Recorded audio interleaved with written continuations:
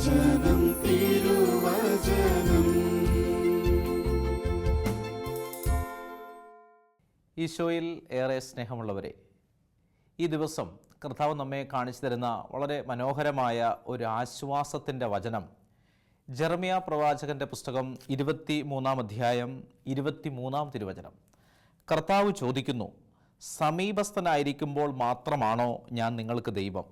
വിദൂരത്തിലിരിക്കുമ്പോഴും ഞാൻ ദൈവമല്ലേ? കർത്താവ് ചോദിക്കുന്നു, സമീപസ്ഥനായിരിക്കുമ്പോൾ മാത്രമാണോ ഞാൻ നിങ്ങളുടെ ദൈവം? വിദൂരസ്ഥനായിരിക്കുമ്പോഴും ഞാൻ നിങ്ങളുടെ ദൈവമല്ലേ? എനിക്ക് കാണാൻ കഴിയാത്ത വിധം ആർക്കെങ്കിലും രഹസ്യ സങ്കേതങ്ങളിൽ ഒളിക്കാൻ സാധിക്കുമോ? സ്വർഗവും ഭൂമിയും നിറഞ്ഞു നിൽക്കുന്നവനല്ലേ ഞാൻ? കർത്താവാണിത് ചോദിക്കുന്നത്. എൻ്റെ മുമ്പിൽ നിന്ന് മാറ്റപ്പെട്ടു നിൽക്കുന്നതായി, മാറി നിൽക്കുന്നതായി, മാറ്റപ്പെട്ടതായി എന്തെങ്കിലും ഉണ്ടോ എന്നാണ് കർത്താവ് ചോദിക്കുന്നത്. സമീപസ്ഥനായിരിക്കുമ്പോഴും വിദൂരസ്ഥനായിരിക്കുമ്പോഴും ഞാൻ നിങ്ങളുടെ ദൈവമല്ലേ? പ്രിയമുള്ളവരെ, ദൈവത്തെക്കുറിച്ചുള്ള നമ്മുടെ അടിസ്ഥാനപരമായ ചില ബോധ്യങ്ങൾ, ആ ബോധ്യങ്ങളിൽ നമുക്കുണ്ടാകേണ്ട വ്യക്തത, അതാണ് ഈ വചനത്തിലൂടെ കർത്താവ് നമ്മെ ഓർമ്മിപ്പിക്കുന്നത്. ഞാൻ വിദൂരസ്ഥനായിരിക്കുമ്പോഴും സമീപസ്ഥനായിരിക്കുമ്പോഴും നിങ്ങളുടെ ദൈവമാണ്. പ്രിയപ്പെട്ടവരെ, കർത്താവ് നമുക്ക് നൽകുന്ന വലിയ ഒരു സാന്നിധ്യം, അത് നമ്മൾ അനുഭവിക്കുക, അതിനുള്ളിൽ ജീവിക്കുക എന്നുള്ളത് വളരെ പ്രധാനപ്പെട്ടതാണ്. പലപ്പോഴും ദൈവത്തിൻ്റെ സാന്നിധ്യം അനുഭവിക്കാത്തതുകൊണ്ട് ദൈവികമായ ബോധ്യങ്ങളിൽ നിന്നുള്ള നഷ്ടങ്ങളിൽ ജീവിക്കുന്നവരാണ് നമ്മൾ പലപ്പോഴും. നമ്മൾ പലപ്പോഴും ചോദിക്കാറുണ്ട്, എൻ്റെ സന്തോഷങ്ങളിൽ ദൈവം എൻ്റെ കൂടെയുണ്ട്, എന്നാൽ എൻ്റെ വേദനകളിൽ കർത്താവ് എന്നെ കാണുന്നില്ലല്ലോ. അനേക തവണ പ്രാർത്ഥിച്ചിട്ടും നിലവിളിച്ചിട്ടും പലവിധമായ പരിഹാര പ്രാർത്ഥനകൾ ചൊല്ലിയിട്ടും പരിഹാര കർമ്മങ്ങൾ അനുഷ്ഠിച്ചിട്ടും വിശുദ്ധ ബലിയിൽ സംബന്ധിച്ചിട്ടും എന്തുകൊണ്ട് ജീവിതത്തിൽ മാറ്റമുണ്ടാകുന്നില്ല എന്നൊരു ചോദ്യം ഞാനും നിങ്ങളും പലവേള പലയാവർത്തി നമ്മോട് തന്നെ ചോദിച്ചിട്ടുണ്ട്. അങ്ങനെയുള്ള ചില നഷ്ടസ്വപ്നങ്ങളിൽ ജീവിക്കുന്ന ആളുകളാണ് പലപ്പോഴും നമ്മൾ. ദൈവവുമായിട്ടുള്ള നമ്മുടെ ബന്ധം ചില അനുഗ്രഹങ്ങളുമായി ബന്ധപ്പെട്ടതല്ലേ? കർത്താവ് ചില അനുഗ്രഹങ്ങൾ നമുക്ക് നൽകുന്നു, നമ്മപ്പോൾ തൃപ്തരാകുന്നു, നമ്മുടെ ദൈവികമായ ബന്ധം വർദ്ധിക്കുന്നു. ചില വേള കർത്താവ് നിശബ്ദനായിരിക്കുന്നതായി നമുക്ക് തോന്നുന്നു, നമ്മുടെ ദൈവിക ബന്ധത്തിൽ വിള്ളൽ വരുന്നു. പ്രാർത്ഥിച്ചിട്ടും നിലവിളിച്ചിട്ടും കേൾക്കാത്ത ഒരു ദൈവം. ഇവിടെയാണ് നമുക്കുണ്ടാകേണ്ട ചില അടിസ്ഥാനപരമായ ആത്മീയ ബോധ്യങ്ങൾ. അത് നമുക്ക് കാണിച്ചു തരുന്നത് നമ്മുടെ പ്രിയപ്പെട്ട ശിഷ്യനായ വിശുദ്ധ തോമാസ് ലീഹായുടെ ജീവിതത്തിൽ നിന്നാണ്. യോഹന്നാൻ്റെ സുവിശേഷം 20-ാം അധ്യായം 19 മുതലുള്ള വചനങ്ങളിൽ നമ്മൾ തോമാസ് ലീഹായുടെ ജീവിതത്തെ വളരെ വ്യക്തമായി കാണുന്നുണ്ട്. ഉത്ഥാനത്തിന് ശേഷമുള്ള കർത്താവിൻ്റെ പ്രത്യക്ഷപ്പെടൽ, ശിഷ്യന്മാർക്ക് പരിശുദ്ധാത്മാവിനെ നൽകുന്നത്, തോമാസ് ലീഹ കർത്താവിനോട് സംസാരിക്കുന്നത്, ഈ വചനഭാഗങ്ങളിൽ നിന്ന് ഒരു വ്യക്തിക്ക് ദൈവത്തോടുണ്ടായിരിക്കേണ്ട ബോധ്യങ്ങൾ എന്താണ്? പരസ്യജീവിതകാലത്ത് ശാരീരികമായി നമ്മോടൊപ്പമായിരുന്ന കർത്താവ് അതുപോലെയല്ല ഉത്ഥാനത്തിന് ശേഷം നമുക്ക് നൽകുന്ന ദൈവിക സാന്നിധ്യമെന്നാണ് തോമാസ് ലീഹായുടെ ഈ ജീവിത അനുഭവത്തിലൂടെ വചനം നമ്മെ പഠിപ്പിക്കുവാൻ ആഗ്രഹിക്കുന്നത്. ഇത് നമ്മൾ വളരെ വ്യക്തതയോടെ മനസ്സിലാക്കിയാൽ പലപ്പോഴും നമുക്ക് സംഭവിക്കാവുന്ന വിശ്വാസത്തിൻ്റെ പ്രതിസന്ധികളെ ഒഴിവാക്കുവാൻ നമുക്ക് സാധിക്കും. കർത്താവ് എങ്ങനെയാണ് നമ്മുടെ ജീവിതത്തിൻ്റെ കൂടെ നിൽക്കുന്നത്? എങ്ങനെയാണ് നമ്മുടെ ജീവിതത്തിൽ അവൻ ഇടപെടുന്നത്? അപ്പോൾ നമ്മൾ ഉദ്ദേശിക്കുന്ന, നമ്മൾ വരച്ചിടുന്ന ഒരു മാനദണ്ഡത്തിൻ്റെ ചതുരവടുവിനുള്ളിലല്ല ദൈവത്തിൻ്റെ വഴികൾ. ദൈവത്തിൻ്റെ വഴികൾ അതുല്യമാണ് എന്ന് നമുക്കറിയാം. ദൈവത്തിൻ്റെ വഴികൾ അനന്തമാണ് എന്ന് നമുക്കറിയാം. അനന്തമായ ആ ദൈവീക ബോധ്യമാണ് നമ്മെ മുന്നോട്ട് നയിക്കേണ്ടത്. ഇവിടെ വചനം നമ്മെ ഓർമ്മിപ്പിക്കുന്നത് ഉത്ഥാനത്തിന് ശേഷമുള്ള ദിവസമാണ്. ആഴ്ചയുടെ ആദ്യ ദിവസം വൈകുന്നേരം ശിഷ്യന്മാർ യഹൂദന്മാരെ ഭയന്ന് കതകടച്ചിരിക്കെ കർത്താവ് അവരുടെ മധ്യേ വന്നു. അപ്പോൾ ആ 10 ശിഷ്യന്മാരാണ് ഉണ്ടായിരുന്നത്. യൂദാസ് മരണപ്പെട്ടു എന്ന് നമുക്കറിയാം. തോമാസ് ലീഹ കൂടെയില്ല, അദ്ദേഹം ഈ കൂട്ടത്തിൽ ഇപ്പോഴില്ല. 10 ശിഷ്യന്മാരാണ് ഈ ഭവനത്തിൽ കതകടച്ച് കഴിയുന്ന ഒരവസരം. മറ്റുള്ളവരുടെ മുമ്പിലേക്ക് ഇറങ്ങുവാൻ സാധിക്കാതെ, പകൽ വെളിച്ചത്തിൽ നടക്കുവാൻ സാധിക്കാതെ ഇരിക്കുന്ന 10 ശിഷ്യന്മാർ. ഇതുവരെ തങ്ങൾ ആരെ വിശ്വസിച്ചാണോ, ആരുടെ പിന്നാലെയാണോ നടന്നത്, ആ രക്ഷകനായ ദൈവം എന്ന് പറഞ്ഞിരുന്നവൻ കൂടെയില്ല എന്നുള്ളൊരു നഷ്ടബോധം. ആ നഷ്ടബോധത്തിലാണ് ഭയം വരുന്നത്. എപ്പോഴാണ് നമുക്ക് ഭയം വരുന്നത്? ആരും നമ്മുടെ കൂടെ ഇല്ല എന്നൊരു ചിന്ത, ഒറ്റയ്ക്കാണ് എന്നൊരു ബോധ്യം, ഒറ്റയ്ക്കാണ് ഈ യാത്ര ഞാൻ നടന്നു തീർക്കേണ്ടത് എന്നൊരു ചിന്തയിലാണ് പലപ്പോഴും നമുക്ക് ഭയം നമ്മുടെ ഉള്ളിൽ ഉണ്ടാകുന്നത്. ഇവിടെ ഈ 10 ശിഷ്യന്മാർ ഭയന്നിരുന്നു എന്ന് പറഞ്ഞാൽ അതിൻ്റെ അർത്ഥം എന്താണ്? അവർക്കൊരു ദൈവ സാന്നിധ്യം അനുഭവിക്കാൻ കഴിഞ്ഞില്ല എന്നുള്ളതാണ്. ദൈവ സാന്നിധ്യമുള്ളവന് ഭയപ്പെടേണ്ട ആവശ്യമില്ല. അതാണ് കർത്താവ് പറഞ്ഞത്, നിങ്ങൾ ആരെയും ഭയക്കേണ്ട. ആരെയാണ് ഭയപ്പെടേണ്ടത്? മരിച്ചതിന് ശേഷം സ്വർഗത്തിലേക്കോ നരകത്തിലേക്കോ നിങ്ങളെ തള്ളിക്കളയാൻ അധികാരമുള്ളവനെ ഭയപ്പെടുവിനെന്നാണ് ഈശോ പഠിപ്പിച്ചത്. അപ്പോൾ ഇവിടെ ശിഷ്യന്മാർ ഭയപ്പെട്ടിരുന്നു എന്ന് നമ്മൾ കാണുന്നു. അപ്പോൾ തന്നെ നമുക്ക് മനസ്സിലാകുന്നൊരു കാര്യം ഇതാണ്, വലിയൊരു പ്രതിസന്ധിയിലാണ് ഇവർ നിൽക്കുന്നത്. ഈ പ്രതിസന്ധിയിൽ ആരാണ് തങ്ങളെ രക്ഷിക്കുക? ആരാണ് തങ്ങൾക്ക് വേണ്ടി ഒരു അത്ഭുതം പ്രവർത്തിക്കുന്നത്? ആരാണ് വെള്ളത്തെ വീഞ്ഞാക്കി മാറ്റുന്നത്? ആരാണ് 5 അപ്പം വർദ്ധിപ്പിക്കാൻ പോകുന്നത്? ആരാണ് മുമ്പിൽ നിൽക്കുന്ന ഈ രോഗിയെ സുഖപ്പെടുത്തുന്നത്? ഇതാണ് അവരുടെ വലിയ ഭയം. നമുക്ക് വേണ്ടി ആരാണ് പ്രവർത്തിക്കുന്നത്? യേശയ്യാ ചോദിച്ചതുപോലെ, കർത്താവെ, ഞാൻ ബാലനാണ്, ഞാൻ എങ്ങനെ പോകും? മോശ ചോദിച്ചു, ഞാൻ വിക്കനാണ്, ഞാൻ എങ്ങനെ ഫറവോയോട് പോയി സംസാരിക്കും? ഇതാണ് ശിഷ്യന്മാരുടെ വിഷയം. ഇനി കർത്താവിൻ്റെ പേര് പറഞ്ഞ് എങ്ങനെ പകൽ വെളിച്ചത്തിലേക്ക് ഇറങ്ങി നടക്കാൻ സാധിക്കും? പ്രിയപ്പെട്ടവരെ, ഈ 10 ശിഷ്യന്മാരുടെ ജീവിതാനുഭവങ്ങൾ നമ്മുടെ ഓരോരുത്തരുടെയും അനുഭവമല്ലേ? പലപ്പോഴും പലരെയും മുഖാഭിമുഖം കാണുന്നതിന് ബുദ്ധിമുട്ടുള്ളവരാണ് നമ്മൾ എന്താണ് അവരോട് പറയുക? ഒരു മരണ വീട്ടിലേക്ക് കടന്നു ചെല്ലാൻ വലിയ ധൈര്യമില്ലാത്ത ഒരാളാണ് ഞാൻ പലപ്പോഴും ചിന്തിക്കും, എന്താണ് നമ്മൾ ആ വീട്ടിൽ പോയി പറയേണ്ടത്? ആകസ്മികമായി സംഭവിച്ച മരണങ്ങൾക്ക് മുമ്പിൽ ഞാൻ പലപ്പോഴും പതറിപ്പോയിട്ടുണ്ട്. ഞാൻ ചിന്തിച്ചിട്ടുണ്ട്, എങ്ങനെയാണ് ആ കുടുംബത്തിലുള്ള ഒരമ്മയെ ആശ്വസിപ്പിക്കുന്നത്? എങ്ങനെയാണ് ആ കുഞ്ഞുങ്ങളെ ആശ്വസിപ്പിക്കുന്നത്? അപ്പൻ നഷ്ടപ്പെട്ടു പോയ വേദനയിലിരിക്കുന്ന കുടുംബത്തെ, ഭാര്യയെ ആശ്വസിപ്പിക്കുന്നത് എങ്ങനെയാണ്? ഇപ്പോൾ വരാം എന്ന് പറഞ്ഞ് ഇറങ്ങിപ്പോയൊരു മകൻ മൃതശരീരമായി വീട്ടിലേക്ക് തിരിച്ചു വരുമ്പോൾ എങ്ങനെയാണ് ആ കുടുംബത്തെ ആശ്വസിപ്പിക്കേണ്ടത്? എങ്ങനെയാണ് നമ്മൾ കർത്താവിനെ കൊടുക്കേണ്ടത്? ഇതാണ് ശിഷ്യന്മാരുടെ വിഷയം. എങ്ങനെയാണ് തങ്ങളുടെ മുമ്പിൽ വിശന്നിരിക്കുന്ന ജനത്തിന് അപ്പം വർദ്ധിപ്പിച്ചു കൊടുക്കുന്നത്? വചനമാകുന്ന ആഹാരം എങ്ങനെയാണ് വിളമ്പിക്കൊടുക്കേണ്ടത്? തങ്ങളുടെ ശുശ്രൂഷകളെ പറ്റിയുള്ള വലിയ സംശയത്തിൻ്റെ നിഴലിലായിരിക്കുന്ന വ്യക്തികൾ. പ്രിയപ്പെട്ടവരെ, ഇതുപോലെ എന്നെ കേട്ടുകൊണ്ടിരിക്കുന്ന നിങ്ങളിൽ ആരെങ്കിലും തങ്ങളുടെ ശുശ്രൂഷകളെ പറ്റി, തങ്ങൾക്ക് നൽകപ്പെട്ടിരിക്കുന്ന ദൈവിക ഉത്തരവാദിത്തങ്ങളിൽ സംശയിച്ച് ജീവിക്കുന്ന ആരെങ്കിലും ഉണ്ടെങ്കിൽ, എന്ന് പറഞ്ഞാൽ ഞാൻ പോകുന്ന വഴിയാണോ യഥാർത്ഥ വഴി? ഞാൻ സ്വീകരിച്ചിരിക്കുന്ന അല്ലെങ്കിൽ ഞാൻ നയിച്ചുകൊണ്ടിരിക്കുന്ന ഈ ദാമ്പത്യ ജീവിതം, അല്ലെങ്കിൽ ഈ പൗരോഹിത്യ ജീവിതം, എൻ്റെ ദൈവവിളി, എൻ്റെ സന്യസ്ത ജീവിതം, അത് ശരിയായ ദിശയിലാണോ പോകുന്നത്? ഇത് തന്നെയാണോ ദൈവം എനിക്ക് വേണ്ടി കൽപ്പിച്ചിരിക്കുന്ന ജീവിത നിയോഗമെന്ന ബോധ്യക്കുറവിൽ ജീവിക്കുന്ന ആരെങ്കിലും ഈ വചനം കേൾക്കുന്നുണ്ടെങ്കിൽ, കർത്താവിൻ്റെ വചനം നമ്മെ ധൈര്യപ്പെടുത്തട്ടെ എന്ന് ഞാൻ പ്രത്യേകം പ്രാർത്ഥിക്കുന്നു. നിയോഗത്തിൻ്റെ സംശയത്തിലിരിക്കുന്ന ഏതെങ്കിലും ശുശ്രൂഷകർ എന്നെ കേൾക്കുന്നുണ്ടെങ്കിൽ ഞാൻ അവർക്ക് വേണ്ടി പ്രത്യേകം പ്രാർത്ഥിക്കുന്നു. ഈ വചനം നിങ്ങളെ ശക്തിപ്പെടുത്തട്ടെ. നിയോഗത്തിൻ്റെ വ്യക്തമായ ധാരണയില്ലാതെ ആഴ്ചയുടെ ആദ്യ ദിവസം, എന്താണ് ആഴ്ചയുടെ ആദ്യ ദിവസത്തിൻ്റെ പ്രത്യേകത? അനേകം ആളുകളോട് സുവിശേഷം പ്രഘോഷിക്കേണ്ട ദിവസമാണ് ആഴ്ചയുടെ ആദ്യ ദിവസം. അതിവിശുദ്ധമായ ദൈവാരാധന മുഴങ്ങേണ്ട, അതിന് നേതൃത്വം കൊടുക്കേണ്ടതിന് പുരോഹിതരായി തീരേണ്ട ജീവിതങ്ങളാണ് ഇവിടെ ഒരു മുറിക്കകത്ത് ഭയപ്പെട്ടിരിക്കുന്നത്. നിങ്ങളുടെ സാധ്യതകൾ വളരെ വലുതാണ് എന്ന് പറയേണ്ട, അല്ലെങ്കിൽ അത് പറഞ്ഞ് പഠിപ്പിക്കേണ്ട വ്യക്തികൾ ഇതാ ഇവിടെ പേടിച്ചിരിക്കുന്നു. അവരുടെ മധ്യേ ഇതാ ക്രിസ്തു പ്രത്യക്ഷപ്പെട്ടു. എല്ലാ സാധ്യതകളുടെയും പൂർത്തീകരണമായ, എല്ലാ വാഗ്ദാനങ്ങളുടെയും നിറകുടമായ, എല്ലാ ധൈര്യത്തിൻ്റെയും ഉറവിടമായ, എല്ലാ ചോദ്യങ്ങളുടെയും ഉത്തരമായ ക്രിസ്തു ഇതാ ഉദ്ധിതനായി അവരുടെ മുമ്പിൽ പ്രത്യക്ഷപ്പെടുകയാണ്. അപ്പോൾ ഇതാണ് നമ്മൾ മനസ്സിലാക്കേണ്ടത്. ജെറമ്യ 23:23 കർത്താവ് ചോദിച്ചു, ഞാൻ സമീപസ്ഥനായിരിക്കുമ്പോൾ മാത്രമാണോ നിങ്ങളുടെ ദൈവം? ഞാൻ വിദൂരത്തിലായിരിക്കുമ്പോഴും നിങ്ങളുടെ ദൈവമല്ലേ? ഞാൻ നിങ്ങളുടെ കൂടെയില്ലേ? ഇങ്ങനെ ഒരു ചോദ്യം നമ്മളോട് കർത്താവ് ചോദിക്കുകയാണ്. അപ്പോൾ ഈ ശിഷ്യന്മാരുടെ ജീവിതത്തിൽ 3 വർഷത്തെ പരസ്യജീവിത കാലത്ത് കർത്താവിൻ്റെ യഥാർത്ഥമായ ശാരീരിക സാന്നിധ്യമുണ്ടായിരുന്നു. എന്നാൽ ഉദ്ധിതനായതിനു ശേഷം ആ ഒരു സാന്നിധ്യം അവർക്ക് നഷ്ടപ്പെട്ടപ്പോൾ അവർ ഭയപ്പെടുകയാണ്.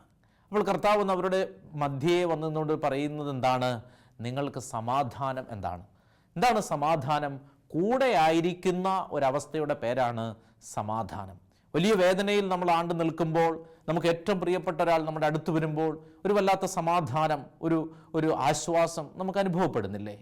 ഒറ്റപ്പെട്ടു പോകുന്ന നിമിഷങ്ങളിൽ നമുക്കുണ്ടാകുന്ന വേദനകൾ 10 പേർ നമ്മുടെ ചുറ്റിലും നിൽക്കുമ്പോൾ നമുക്ക് വലിയൊരു ധൈര്യമുണ്ടാകുന്നില്ലേ? എന്താണ് സമാധാനം? ഒറ്റപ്പെട്ടു പോയവൻ്റെ ജീവിതത്തെ ചേർത്ത് നിർത്തുന്ന പ്രക്രിയയുടെ പേരാണ് സമാധാനം.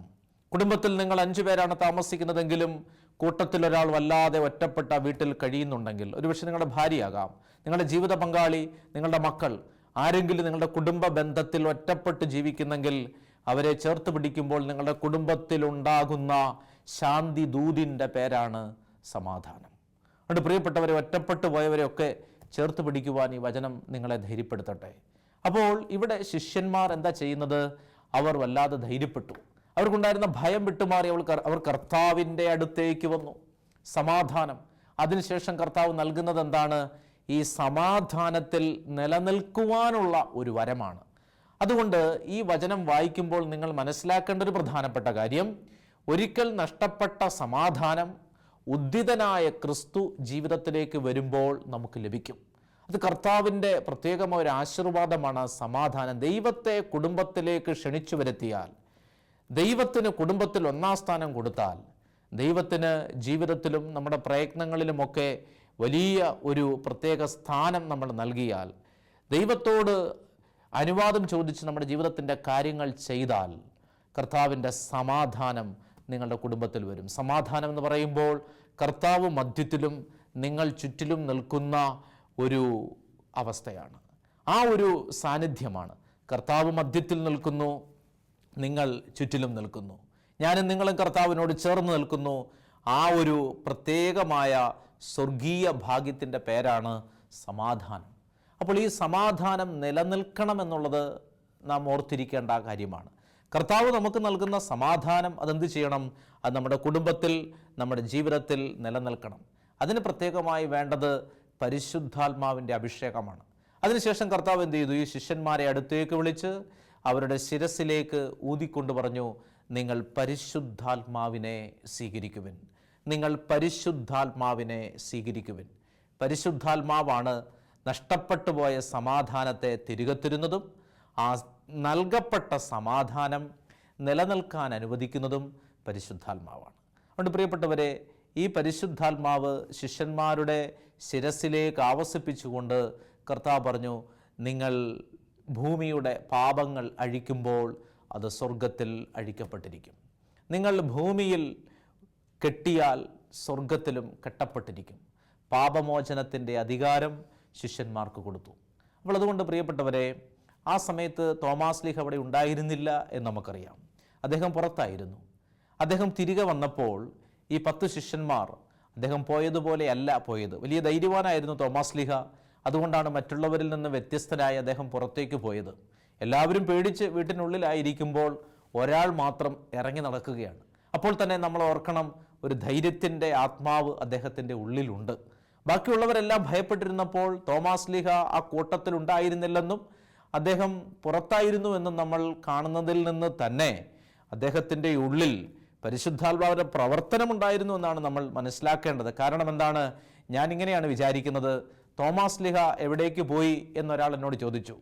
അപ്പോൾ എവിടേക്ക് പോയി എന്ന് ചോദിച്ചാൽ ഞാൻ അതിന് കണ്ടെത്തുന്ന ഒരു ഉത്തരം ഇതാണ്: നാളെ കർത്താവിൻ്റെ സുവിശേഷം പറഞ്ഞുകൊണ്ട് നടക്കേണ്ട വഴികൾ ഒന്ന് നോക്കി തിട്ടപ്പെടുത്തുവാനായിട്ടാണ് അദ്ദേഹം പുറത്തേക്ക് പോയത്. എല്ലാവരും അകത്ത് ഉള്ളറകളിലായിരിക്കുമ്പോൾ ഒരാൾ പുറത്തേക്ക് പോയി അന്വേഷിക്കുകയാണ് ഏതൊക്കെ വഴികളിലൂടെ പോകേണ്ട ആവശ്യമുണ്ട്, കർത്താവിൻ്റെ വചനം കിട്ടേണ്ട ഏതൊക്കെ വഴികൾ ഈ ഗലീലായിലുണ്ട്, കർത്താവിൻ്റെ വചനത്തിൻ്റെ വിത്തുകൾ വിതയ്ക്കേണ്ട ഏതൊക്കെ വയലുകൾ ഈ പലസ്തീന ലോകത്തിൻ്റെ അതിർത്തികളിലുണ്ട്. ഇതാണ് തോമാസ്ലീഹ നോക്കാൻ പോയത് എന്നാണ് ഞാൻ കരുതുന്നത്. അപ്പോൾ അദ്ദേഹം തിരിച്ചു വന്നു. തിരിച്ചു വരുമ്പോൾ ബാക്കിയുള്ളവരെല്ലാവരും പറയുകയാണ്, ഞങ്ങൾ കർത്താവിനെ കണ്ടു. അപ്പോൾ തോമാസ്ലീഹ പറഞ്ഞൊരു മറുപടി നമുക്ക് തോന്നാം അവിശ്വാസത്തിൻ്റെ മറുപടിയാണ് എന്ന്. പക്ഷെ ഞാൻ അങ്ങനെ ചിന്തിക്കുന്നില്ല. അദ്ദേഹം പറഞ്ഞത് എന്താണ്?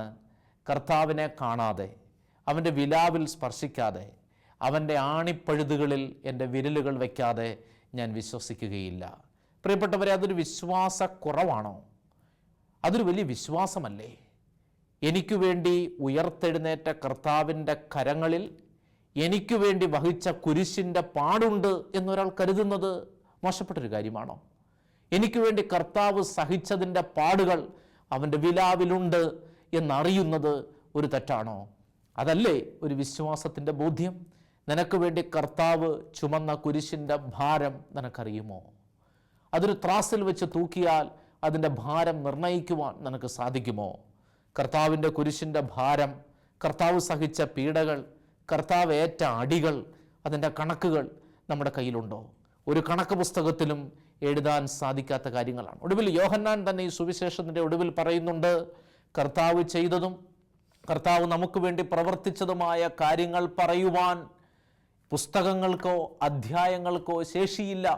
ലോകത്തിനു പോലും അത് ഉൾക്കൊള്ളുവാൻ സാധിക്കുകയില്ല. പിന്നെ ഏതാനും ചില കാര്യങ്ങൾ ഇതിൽ എഴുതി വച്ചിരിക്കുന്നു എന്ന് മാത്രമേ ഉള്ളൂ. സുവിശേഷങ്ങളിൽ പറഞ്ഞത് മാത്രമല്ല കർത്താവ് ചെയ്തത്, ലോകത്തിനു തന്നെ സാധിക്കുകയില്ല എന്നാണ് ഞാൻ കരുതുന്നത് എന്നാണ് യോഹന്നാൻ പോലും പറഞ്ഞു വെച്ചത്. കർത്താവ് നമുക്ക് വേണ്ടി ചെയ്ത കാര്യങ്ങൾ എണ്ണിത്തിട്ടപ്പെടുത്തുവാൻ ഏത് പുസ്തകങ്ങൾക്കാണ്, ഏത് പുസ്തകശാലകൾക്കാണ്, ഏത് എഴുത്തുകാരനാണ് സാധിക്കുന്നത്? വളരെ രത്ന ചുരുക്കമാണ് നമ്മളിവിടെ കാണുന്നത്. അതുകൊണ്ട് പ്രിയപ്പെട്ടവരെ, തോമാസ് ലീഹ പറഞ്ഞത് ഇതാണ്, കർത്താവ് എനിക്ക് വേണ്ടി ഏറ്റ പ്രഹരങ്ങൾ, കർത്താവ് എനിക്ക് വേണ്ടി വലിച്ചിഴക്കപ്പെട്ടത്, അവൻ്റെ വിലാവ്, അവൻ്റെ കുത്തി തുറക്കപ്പെട്ട ഹൃദയം, ആ ഹൃദയത്തിൻ്റെ ഉള്ളറകൾ, അത് എനിക്ക് കാണണം എന്ന് പറഞ്ഞാൽ എനിക്ക് വേണ്ടി സഹിച്ച ദൈവത്തെ, എനിക്ക് വേണ്ടി ഇത്രമാത്രം രക്തമൊഴുക്കിയ ദൈവത്തെ ഹൃദയപൂർവം കാണുക എന്നുള്ളതാണ് എൻ്റെ ഏറ്റവും വലിയ ആഗ്രഹം. പ്രിയപ്പെട്ടവരെ, കർത്താവിൻ്റെ കുരിശുമരണം എന്ന് പറയുന്നത് ഒരു സാങ്കല്പിക കഥയല്ല. കർത്താവ് നമുക്ക് വേണ്ടി സഹിച്ചു എന്നൊക്കെ പറയുന്നത് ഒരു ആലങ്കാരിക ഭാഷയിലോ സാഹിത്യത്തിലോ നമ്മൾ പറയുന്നതല്ല. അത് നമ്മുടെ ജീവിതം കൊണ്ട് ഞാനും നിങ്ങളും അനുഭവിക്കേണ്ടതാണ്. ഇവിടെ തോമാസ് ലീഹ ആഗ്രഹിക്കുന്നത് എന്താണ്? കർത്താവിൻ്റെ ഹൃദയം കാണുക, ആ ഹൃദയത്തോട് ചേർന്നിരിക്കുക. അത് മോശപ്പെട്ടൊരാഗ്രഹമാണോ? കർത്താവ് ഒരിക്കലും തോമാസ് ലീഹായെ കുറ്റപ്പെടുത്തുന്നില്ല എന്ന് നമുക്ക് പിന്നീട് കാണാൻ സാധിക്കും. തെറ്റായ ഒരു കാര്യമാണ് ചോദിച്ചിരുന്നെങ്കിൽ ഒരു ശാസന ലഭിക്കുമായിരുന്നില്ലേ? എന്നാൽ പിന്നീട് കർത്താവ് വരുമ്പോൾ തോമാസ് ലീഹായെ അടുത്തേക്ക് വിളിക്കുകയാണ്. അത് തന്നെ വലിയൊരു ഭാഗ്യമല്ലേ? കൂട്ടത്തിൽ നിന്ന് നമ്മെ മാത്രം അടുത്തേക്ക് വിളിക്കുക എന്ന് പറഞ്ഞാൽ ഇത് കർത്താവാണ് വിളിക്കുന്നത്, ഉദ്ധിതനായ ദൈവമാണ് വിളിക്കുന്നത്. എന്തു വലിയ മഹാഭാഗ്യമാണ്! കർത്താവിൻ്റെ സ്വരം കേൾക്കാൻ കാത്തിരിക്കുന്ന മണവാട്ടിമാരല്ലേ നാം ഓരോരുത്തരും? മണവാളൻ്റെ സ്വരത്തിന് കാത്തിരിക്കുന്ന മണവാട്ടി, അതാണ് പരിശുദ്ധ സഭ, തിരുസഭ. ഈ സഭയിലുള്ള അംഗങ്ങളായ നാം ഓരോരുത്തരും ആ ഒരു സ്വരത്തിനു വേണ്ടി കാത്തിരിക്കുന്നവരാണ്. ഇവിടെ തോമാസ് ലീഹായെ കർത്താവ് വിളിച്ചിട്ട് പറഞ്ഞു, എൻ്റെ അടുത്തേക്ക് വരിക, നിൻ്റെ വിരൽ എൻ്റെ ശരീരത്തിൽ വെക്കുക എന്ന് പറഞ്ഞാൽ, പ്രിയപ്പെട്ടവരെ, ഇവിടെ തോമാസ് ലീഹ പറഞ്ഞത്, കാണിച്ചു തരുന്നത് വലിയൊരു മാതൃകയാണ്. എന്താണ് ആ മാതൃക? തോമാസ് ലീഹ എന്ത് കാണണമെന്നാണ് പറഞ്ഞത്? കർത്താവിൻ്റെ മുറിവുകൾ കാണണമെന്ന് പറഞ്ഞു. എന്താണ് മുറിവ്? മുറിവെന്ന് പറയുമ്പോൾ ദുഃഖവെള്ളിയാഴ്ച ദിവസവും പെസഹ വ്യാഴാഴ്ച ദിവസവും അവൻ്റെ ശരീരത്തിൽ സംഭവിച്ച വിഘടനമാണ് മുറിവുകൾ. അവൻ്റെ ശരീരത്തിൽ സംഭവിച്ച വിള്ളലാണ് ഈ മുറിവുകൾ. എന്താണ് ആ വിള്ളൽ? നിനക്ക് വേണ്ടി കുത്തിത്തുറക്കപ്പെട്ടൊരു ഹൃദയം, സ്നേഹത്തിൻ്റെ അങ്ങ് അറ്റത്തു നിന്ന് പൊട്ടി തുറക്കപ്പെട്ട ഒരു നീരുറവ. ആ നീരുറവ കാണണമെന്നും ആ ഹൃദയത്തോട് ചേരണമെന്നുമാണ് തോമാസ് ലീഹ ആഗ്രഹിച്ചത്. കർത്താവിൻ്റെ മുറിവിനെ പറ്റി ദൈവശാസ്ത്ര പണ്ഡിതന്മാർ പറയുന്നത് എന്താണ്? കർത്താവിൻ്റെ വിലാവിൽ നിന്ന് പടയാളി കുത്തിയപ്പോൾ രക്തവും വെള്ളവും വന്നതായി നാം കാണുന്നതാണ് ആ മുറിവ്. ആ മുറിവിൻ്റെ പ്രത്യേകത രക്തവും വെള്ളവും ഒഴുകിയ മുറിവുകളാണ്. രക്തം സൂചിപ്പിക്കുന്നത് എന്തിനെയാണ്? വിശുദ്ധ കുർബാനയെ സൂചിപ്പിക്കുന്നു. വെള്ളം എന്തിനെ സൂചിപ്പിക്കുന്നു? പരിശുദ്ധ മാമോദീസായെ സൂചിപ്പിക്കുന്നു. അപ്പോൾ കൂദാശകളെയാണ് ഈ മുറിവുകൾ സൂചിപ്പിക്കുന്നത്. മറ്റൊരർത്ഥത്തിൽ പറഞ്ഞാൽ കർത്താവിൻ്റെ മുറിവിനെയാണ് നമ്മൾ കൂദാശ എന്ന് വിളിക്കുന്നത്. കാരണം ആ മുറിവിൽ നിന്നാണ് നിത്യജീവൻ ഒഴുകുന്നത്. ആ മുറിവാണ് പ്രത്യക്ഷമായ നമ്മുടെ അടയാളം. ആ അടയാളത്തിൽ നിന്നാണ് അദൃശ്യമായ ദൈവീക ജീവൻ ഒഴുകിക്കൊണ്ടേയിരിക്കുന്നത്. അതാണ് കൂദാശ. കർത്താവ് തന്നെയാണ് ഈ കൂദാശ. അതുകൊണ്ട് കർത്താവിൻ്റെ മുറിവ് കാണണം എന്ന് തോമാസ് ലീഹ പറഞ്ഞത് കർത്താവിൻ്റെ കൂദാശകൾ, അല്ലെങ്കിൽ കർത്താവിൻ്റെ രക്തവും വെള്ളവും ഒഴുകിയ പാടുകൾ, അവൻ്റെ ജീവിതത്തിൽ ശക്തിയായി മാറേണ്ട ദിവ്യകാരുണ്യപരമായ ഒരു അനുഭവം, ആ അനുഭവത്തെ ഹൃദയത്തോട് ചേർക്കണമെന്നാണ് തോമാസ് ലീഹ ആഗ്രഹിച്ചത്. ഏതാനും ദിവസങ്ങൾക്ക് മുൻപ് പെസഹ വ്യാഴാഴ്ച ദിവസം കർത്താവ് അപ്പം എടുത്തു പറഞ്ഞു, ഇതെൻ്റെ ശരീരമാകുന്നു. അത് പലർക്കും ഒരുപക്ഷെ ബോധ്യപ്പെട്ടോ നമുക്കറിയാൻ പാടില്ല. പക്ഷേ തോമാസ് ലീഹായ്ക്ക് ബോധ്യപ്പെട്ടു. തോമാസ് ലീഹ പറഞ്ഞു, ഈ അപ്പത്തിൽ ഞാൻ എൻ്റെ കർത്താവിനെ കാണുന്നു. പാനപാത്രമെടുത്ത് ഉയർത്തി ആശീർവദിച്ചിട്ട് പറഞ്ഞു, ഇത് എൻ്റെ രക്തമാകുന്നു, നിങ്ങളിത് വാങ്ങി ഭക്ഷിക്കുവിൻ, ഇതെൻ്റെ രക്തമാകുന്നു. എത്ര പേർക്ക് അത് കൃത്യമായി ബോധ്യപ്പെട്ടു എന്നറിയില്ല. പക്ഷേ തോമാസ് ലീഹായ്ക്ക് ബോധ്യപ്പെട്ടു. അവൻ പറയുകയാണ്, അപ്പവും വീഞ്ഞും കർത്താവിൻ്റെ യഥാർത്ഥ ശരീരവും യഥാർത്ഥ രക്തവുമാണ്. അതുകൊണ്ട് പ്രിയപ്പെട്ടവരെ, തോമാസ് ലീഹ കാണാൻ ആഗ്രഹിച്ചത് ഈ കൂദാശകളുടെ ആന്തരികതയാണ്. തോമാസ് ലീഹ പറഞ്ഞു, 3 വർഷം കൂടെ നടന്ന ഒരു കർത്താവിനെ അല്ല, ശാരീരികമായി നമ്മോടൊപ്പമായിരുന്നൊരു കർത്താവിനെ അല്ല നമ്മൾ ഇനി കാണാൻ പോകുന്നത്, മറിച്ച് മൗതികതയിൽ ജീവിക്കുന്ന, മൗതിക ശരീരമായി, ഉദ്ധിത ശരീരമായി ജീവിക്കുന്ന കർത്താവിനെയാണ്. അതേത് കർത്താവാണ്? അതാണ് പരിശുദ്ധ കുർബാനയിലൂടെ നമ്മുടെ നാവിൻ തുമ്പിലേക്ക് എഴുന്നള്ളി വരുന്ന കർത്താവ്. പരിശുദ്ധ കുർബാനയിൽ നമുക്ക് നൽകപ്പെടുന്നത് കർത്താവിൻ്റെ മൗതിക ശരീരമല്ലേ? അപ്പോൾ തോമാസ് ലീഹ തൻ്റെ വിശ്വാസത്തിൻ്റെ ബോധ്യങ്ങളെ ചേർത്ത് വെക്കുന്നത് പെസഹ വ്യാഴാഴ്ചയിൽ കേട്ട വിശുദ്ധ കുർബാനയുടെ സ്ഥാപന വചനങ്ങളോട് ചേർത്താണ്. അവൻ ആ മുറിവ് കണ്ട ഉടനെ പറഞ്ഞു, എൻ്റെ കർത്താവേ, എൻ്റെ ദൈവമേ. മനോഹരമായ സുവിശേഷത്തിലെ ഒരു വരി പ്രാർത്ഥനയാണത്. എൻ്റെ കർത്താവേ, എൻ്റെ ദൈവമേ. എന്താണ് എൻ്റെ കർത്താവേ എന്ന് പറഞ്ഞാൽ? എൻ്റെ പൂർണ്ണമായി ഞാൻ അങ്ങേ സമർപ്പിക്കുന്നു, എനിക്ക് നീ അല്ലാതെ മറ്റൊരാൾ ഇനിയില്ല. എൻ്റെ പൂർണ്ണമായ ആശ്രയം ഇനി ദൈവത്തിലാണ്. എൻ്റെ ദൈവമേ എന്ന് പറഞ്ഞാൽ, കർത്താവേ, നീ മാത്രമേ എൻ്റെ കണ്ണിൻ്റെ മുൻപിലുള്ളൂ, മറ്റാരും എൻ്റെ കണ്ണിൻ്റെ മുൻപിലില്ല. അതുകൊണ്ടാണ് വചനം ജെറമ്യായിലൂടെ പറഞ്ഞത്, സമീപസ്ഥനായിരിക്കുമ്പോഴും അടുത്തായിരിക്കുമ്പോഴും ദൂരത്തായിരിക്കുമ്പോഴും ഞാൻ നിങ്ങളുടെ ദൈവമാണ്. പ്രിയപ്പെട്ടവർ, ഇന്ന് കർത്താവ് നമ്മുടെ കൂടെ ആയിരിക്കുന്നത് ദിവ്യകാരുണ്യ സാന്നിധ്യമായിട്ടാണ്. പരിശുദ്ധ കുർബാനയോട് ചേർന്ന് നിൽക്കാൻ ഈ വചനഭാഗങ്ങൾ, തോമാസ് ലീഹായുടെ ഈ പ്രാർത്ഥന നമ്മെ പ്രചോദിപ്പിക്കട്ടെ. പരിശുദ്ധ കുർബാനയോട് ചേർന്ന് ജീവിക്കുന്നവരായി നമ്മൾ മാറട്ടെ. പിതാവിൻ്റെയും പുത്രൻ്റെയും പരിശുദ്ധാത്മാവിൻ്റെയും നാമത്തിൽ ആമേൻ.